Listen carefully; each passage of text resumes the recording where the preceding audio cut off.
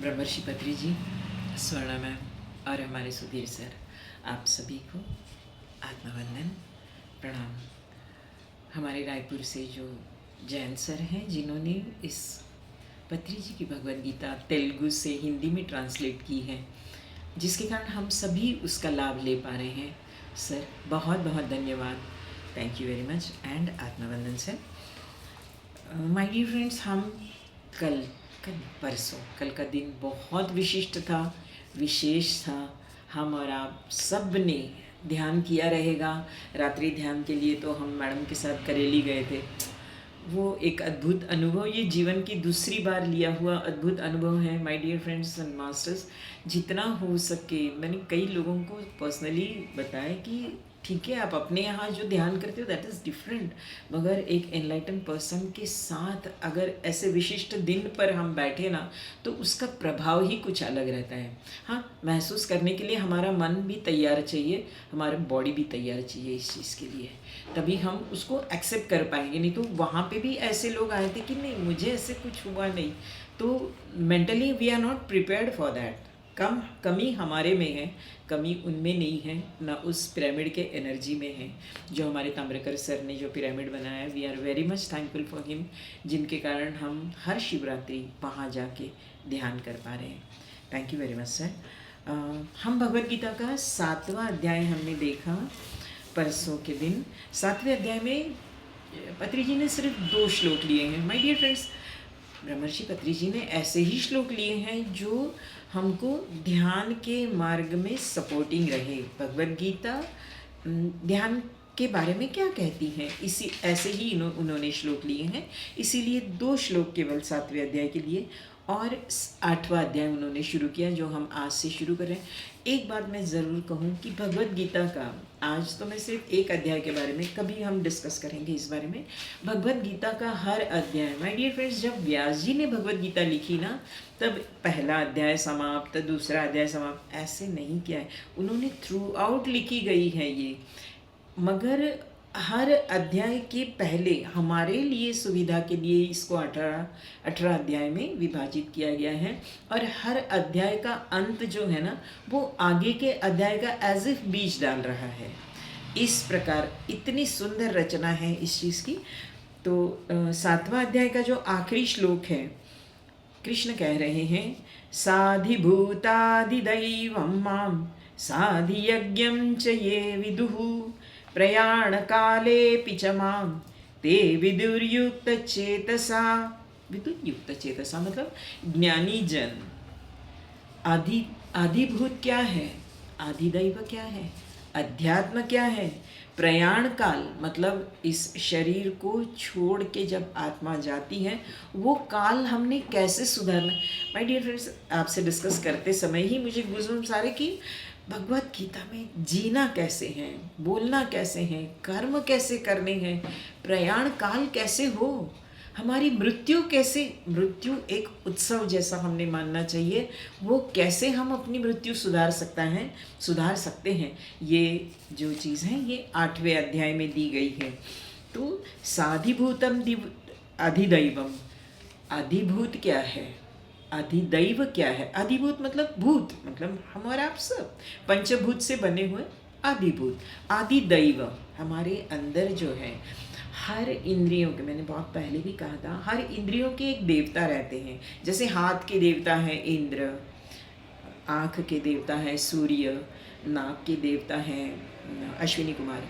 My dear friends, इस प्रकार सभी देवताओं के एक बॉस जो इन सभी देवताओं को कंट्रोल करता है, सभी इंद्रियों को एक, तो वो आदिदैव। मगर हम मतलब हमारे अंदर की चेतना जो आदिदैव कहाँ है। अध्यात्म क्या है कि अध्यात्म थोड़ा सा ये है कि परमात्मा तत्व है, हम जीवात्मा हैं। परमात्मा तत्व का अंश है जीवात्मा। ये हमने बहुत बार कहानियों के द्वारा भी कही है। ये जो आत्मा है ना, ये जब निकलती है, हमने 15वें अध्याय में हम जब देखेंगे, ब्रह्मर्षि पत्री जी ने 15वें अध्याय का 1 या 2 ही श्लोक लिया है, ये श्लोक लिया नहीं है। उत्क्रामंतम स्थितम व भुंजानम व गुणान्वितम। जब ये आत्म तत्व एक शरीर से दूसरे शरीर में प्रवेश करता है, उस समय वो अपने संस्कारों को सूक्ष्म मन, कारण मन लेके निकलता है। तो उस हिसाब से वो आत्म तत्व फिर शरीर धारण करता है। तो वो जो हमारा सूक्ष्म मन है, वो जो कारण मन है, कारण शरीर है, सूक्ष्म शरीर है, उस हिसाब से वो आत्मा शरीर फिर से धारण करता है। तो वो जो, इसका मतलब जो शरीर उसने धारण किया है वो उसी के अनुरूप व्यवहार करता है, तो वो उसका स्वभाव हो गया। तो अध्यात्म क्या है? हमारा स्वभाव। ये आत्म तत्व जब नए शरीर में प्रवेश करता है, और हमारा स्वभाव ही अध्यात्म है। किम तद ब्रह्म? ब्रह्म क्या है? परमात्मा तत्व, सर्वव्यापी, सर्वत्र, सर्वकाल में जो है वो ब्रह्म। किम अध्यात्म? अभी मैंने कहा किम कर्म। कर्म की व्याख्या तो केवल एक वाक्य में इतनी सुंदर की है इस अध्याय में कि हमारा सब जीवात्मा है, परमात्मा के अंश है, और इस जीवात्मा को परमात्मा से मिलना ही है। जैसे गंगोत्री से गंगा निकली है, मगर वो सागर से निकली है, मतलब सागर में उसको मिलना ही है। हर नदी को सागर में मिलना है, गंगा सागर में जाके वो गंगा में मिलती है, कैलकाटा में जो है।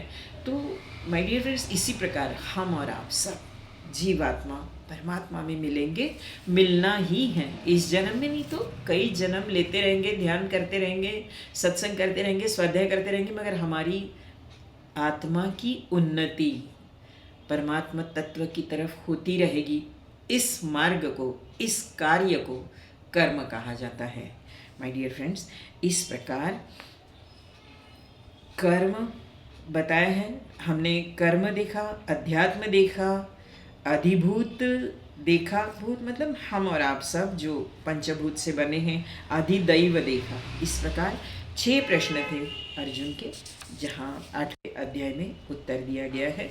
अभी हम 8वें अध्याय का 10वां श्लोक देख रहे हैं।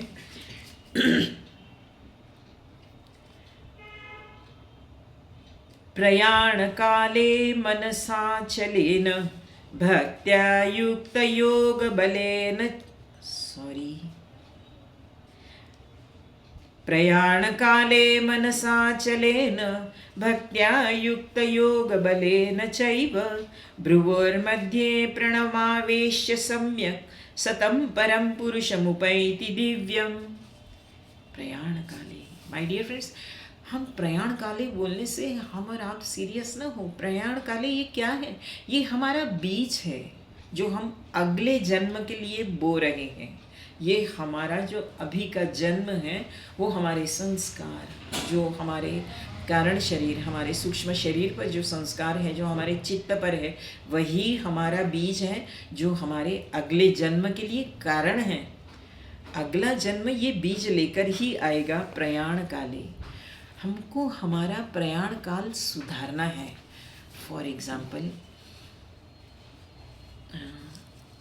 हाँ, थोड़ी सी भावनात्मक आप भी हो सकते हो। हमारे ही मोहल्ले की बिल्कुल बनी बनाई घटना है कि एक बच्चों के साथ खेलते थे ये सब बच्चे, और बचपन से सब इकट्ठा बड़े हुए हैं। उनमें का एक जो बच्चा था वो बहुत सिंसियर और बचपन से बोलता था कि मुझे डॉक्टर बनना है। मुझे वो बच्चा इन लोगों से कम खेलता था। ये बच्चे 5, सवा 5 हुए तो इनको खेलना बहुत ज़रूरी है 5 से 7 ग्राउंड में, उसके बाद ही ये दिखते थे।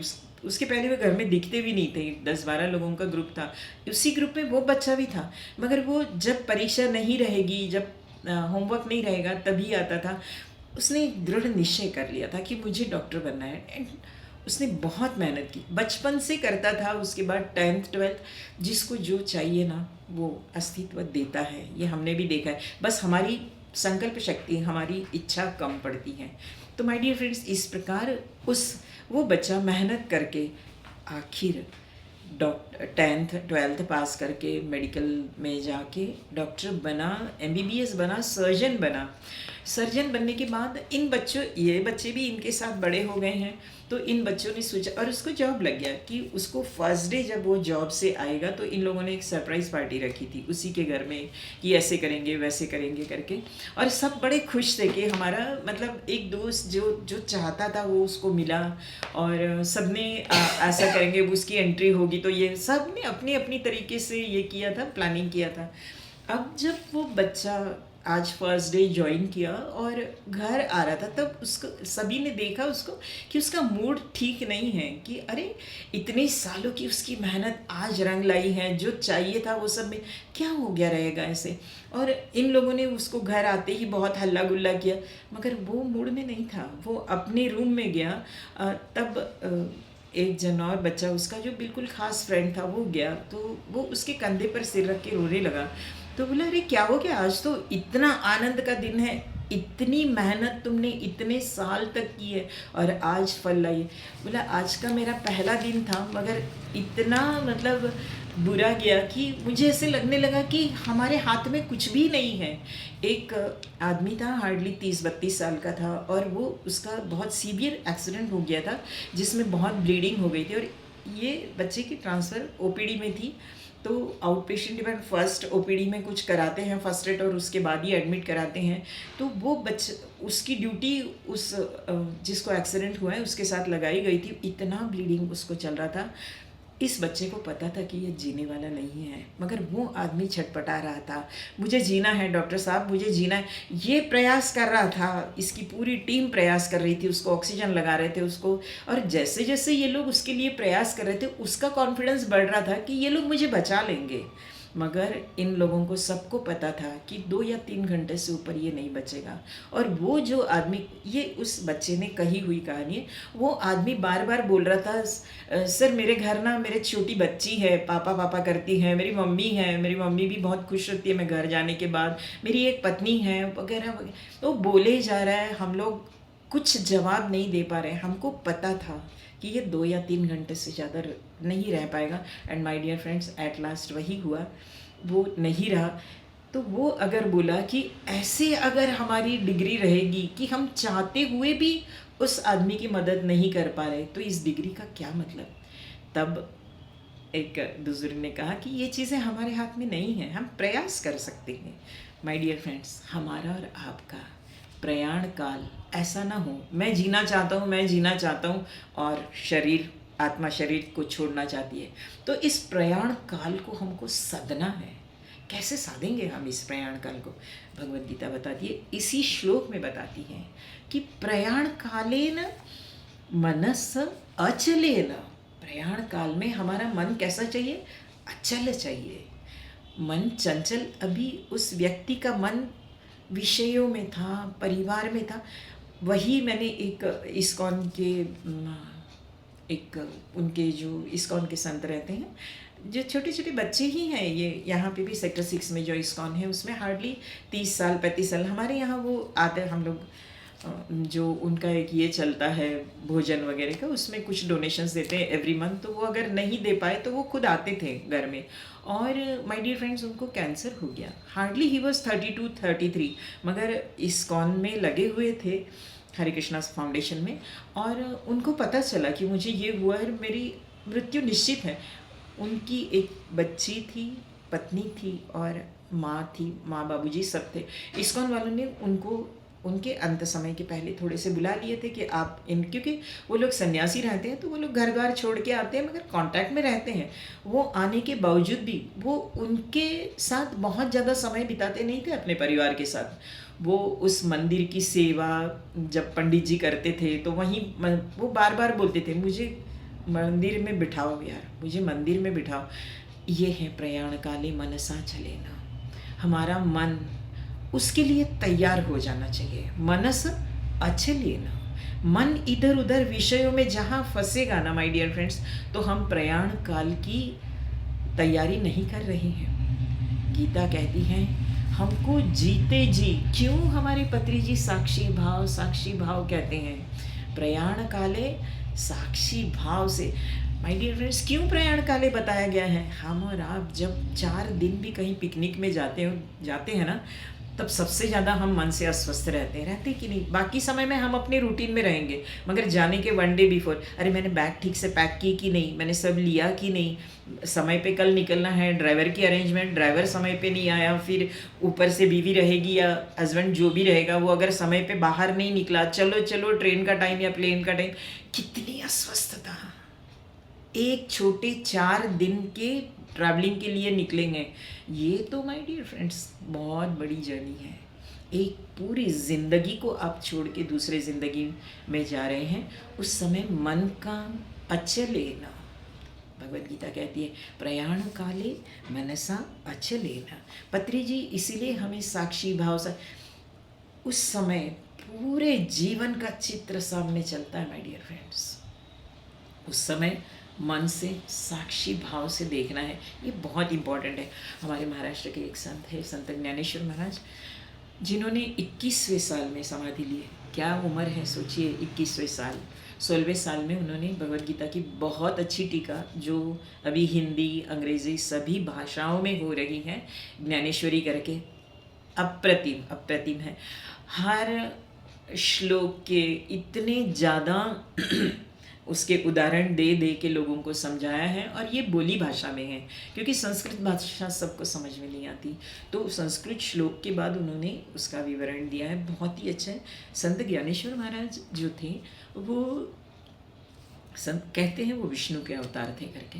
तो उनका जब उनको ऐसे लगा कि लोग बहुत पहचानने लगे, शुरू में तो उनकी बहुत आलोचना हुई, उसके बाद ऐसे हुआ कि बहुत लोग पहचानने लगे, मान सम्मान देने लगे। तब उनको लगा कि नहीं, अब मैं यहाँ रहने की उचित। देखिए कितना उल्टा है, हमारा कैसे होता है, जब मान सम्मान मिलता है ना तब हमारे जीने की जिजीविषा बढ़ती है। संत जो रहते हैं वो बोलते हैं कि नहीं, अब मेरा कार्य समाप्त हो गया, क्योंकि अब यही कार्य बहुत सारे लोग कर सकते हैं, अब मुझे यहाँ रहने की ज़रूरत नहीं है। मुझे लगता है हमारे पत्री जी ने भी यही सोच के अपना शरीर ये किया है कि मैंने बहुत सारे मास्टर्स को तैयार किया है, स्वर्णा मैम जैसे अनेक मास्टर्स हैं, तो वो में यही कार्य आगे बढ़ा सकते हैं, अब मुझे यहाँ रहने की ज़रूरत नहीं। तो उन्होंने बताया कि उनके बड़े भैया ही उनके गुरु थे, निवृत्तिनाथ, जो नाथपंथी थे।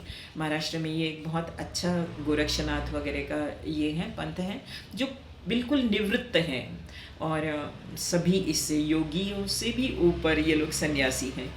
तो अपने बड़े भैया को ही गुरु मानते थे। तब उन्होंने अपनी इच्छा प्रकट की कि दादा मैं ना शरीर छोड़ना मैं समाधि लेना चाहता हूँ, संजीवन समाधि। तब दादा को भी लगा कि ज्ञानोबा, अरे तुम्हारे कारण तो हम हैं सब, और इतने क्या उम्र है तुम्हारी। बोले नहीं, अब हो गया, अब ये जो शरीर का कार्य ख़त्म हो गया। एंड माय डियर फ्रेंड्स, उन्होंने जो समाधि, आज भी आप आलंदी जाओगे तो वो समाधि, क्या ऊर्जा है वहाँ की। मैं बहुत बार जाती थी, हर एकादश वहाँ जाके 1-2 घंटा बैठती थी, और अभी भी आप कभी भी जाओगे उनकी समाधि के पास तो एक ऊर्जा महसूस होती है, इतने सालों बाद, more than 500 years। और उन्होंने अपना एक हाथ, और कहते हैं उस समय विष्णु स्वयं आए थे, एक हाथ पांडुरंग का पकड़ा था, एक हाथ सदगुरु का, और वो समाधि लेने उस जगह पहुँचे, और फिर बड़े भाई ने ही उनके ऊपर मिट। क्या प्रसंग रहेगा, क्या प्रयाण काल है हमारा और आपका। हम सब ध्यानी हैं, हमने प्रयाण काल साधने आना चाहिए माय डियर फ्रेंड्स। प्रयाण काले मनसा चलेन भक्त्या युक्त योग बलेन च एव। भक्ति युक्त माय डियर फ्रेंड्स, भक्ति अगरबत्ती लगाना, जाप करना यहीं तक सीमित नहीं है। ये बहुत ही मतलब बहुत प्रिलिमिनरी स्टेज है भक्ति की। भक्ति है निष्काम प्रेम।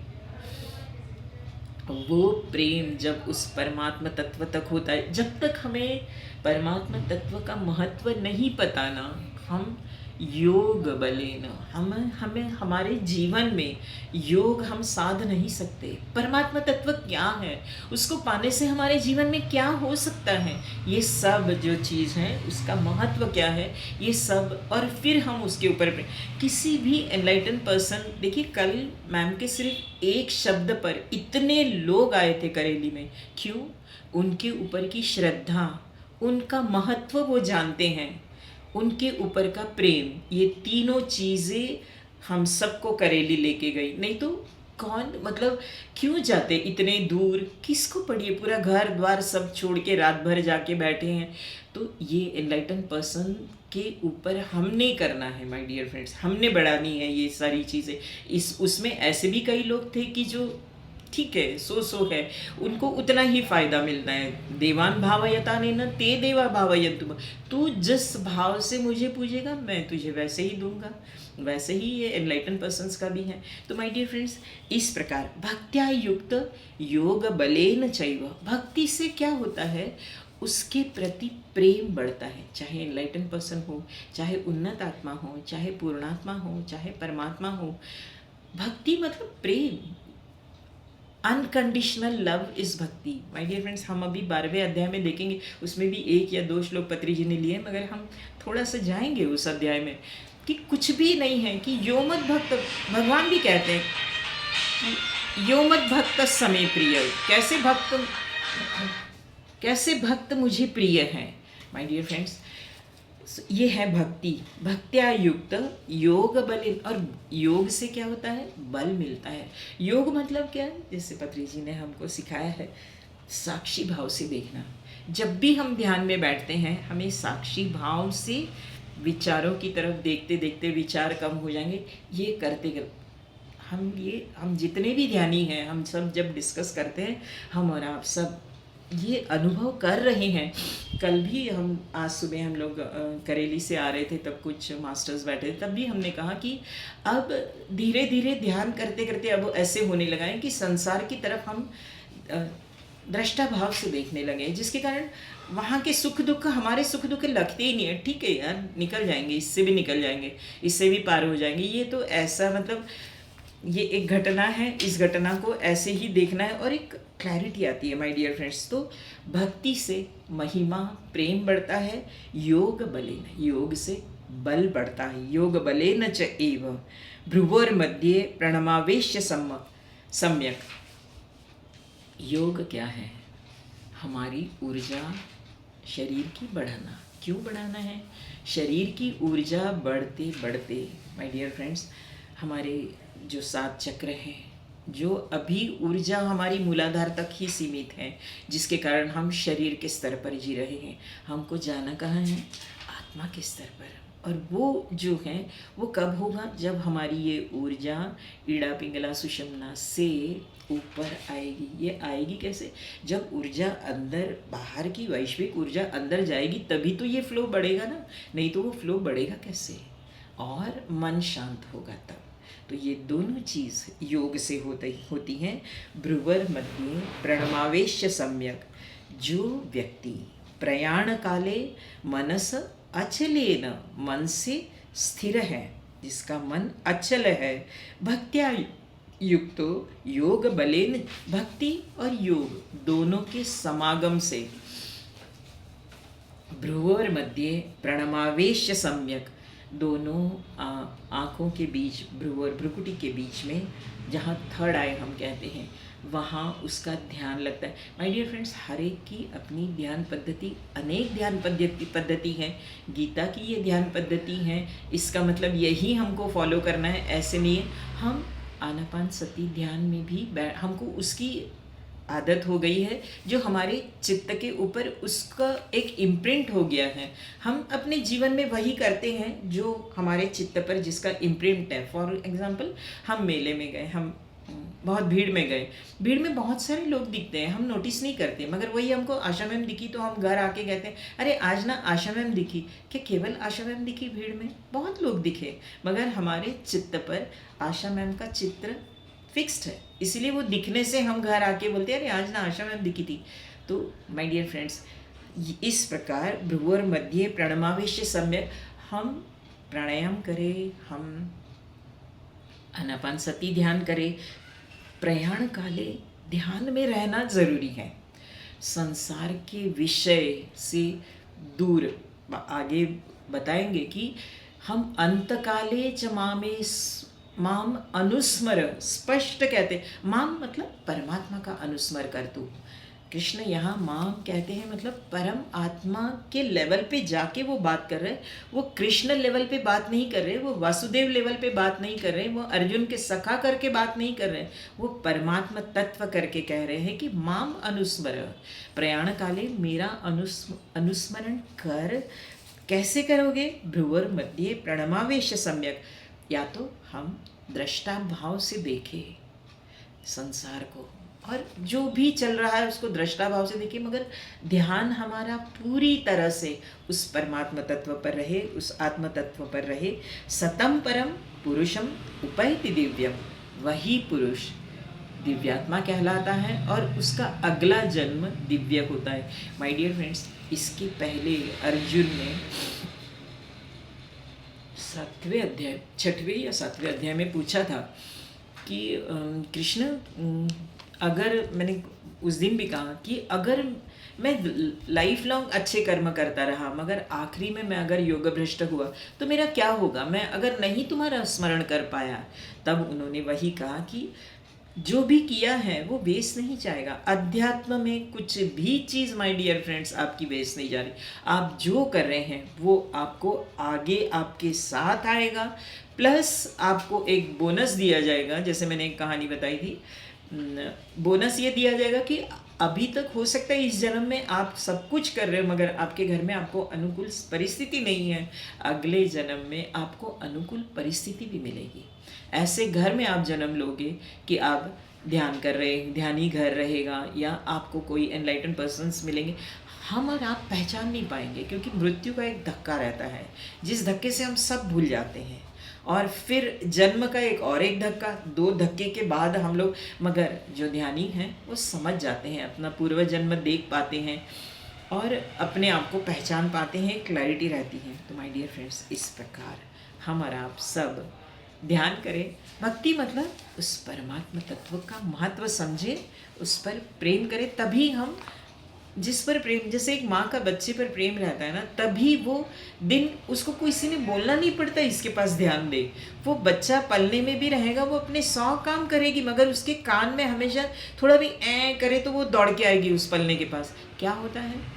प्रेम है माँ का उस बच्चे पर। वैसे भी हमारा इस आत्म तत्व पर, उन एनलाइटन पर्सन्स पर जो इसके प्रति हमको धक्का दे दे के उस तक पहुंचा रहे हैं, उनके ऊपर हमारा प्रेम रहेगा ना माय डियर फ्रेंड्स, मतलब भक्ति रहेगी। भक्त्या युक्त योग बलेन, तो हमको ध्यान करने में बल मिलेगा।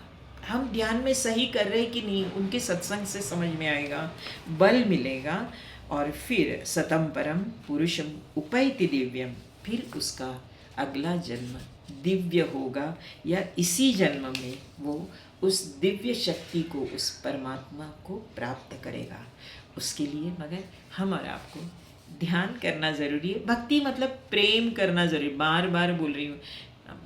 भगवत गीता की भक्ति वो भक्ति है ही नहीं जो आजकल जो बहुत आडंबर, मैं ये नहीं कह रही हूँ क्योंकि बहुत बार ठीक है नाम भी लेते हैं तो बस वैखरी से चलता है, मन कहीं और, इससे पता नहीं, मैं कुछ बोलूँ नहीं इस बारे में मगर ध्यान करना ज़रूरी है और ध्यान से योग बल मिलेगा। और हमारा इसीलिए ध्यान करें, स्वाध्याय करें, सत्संग करें। और आज बस इतना ही। आप सभी के कारण मुझे भगवद गीता के स्वाध्याय का और सेवा का मौका मिला। Thank you.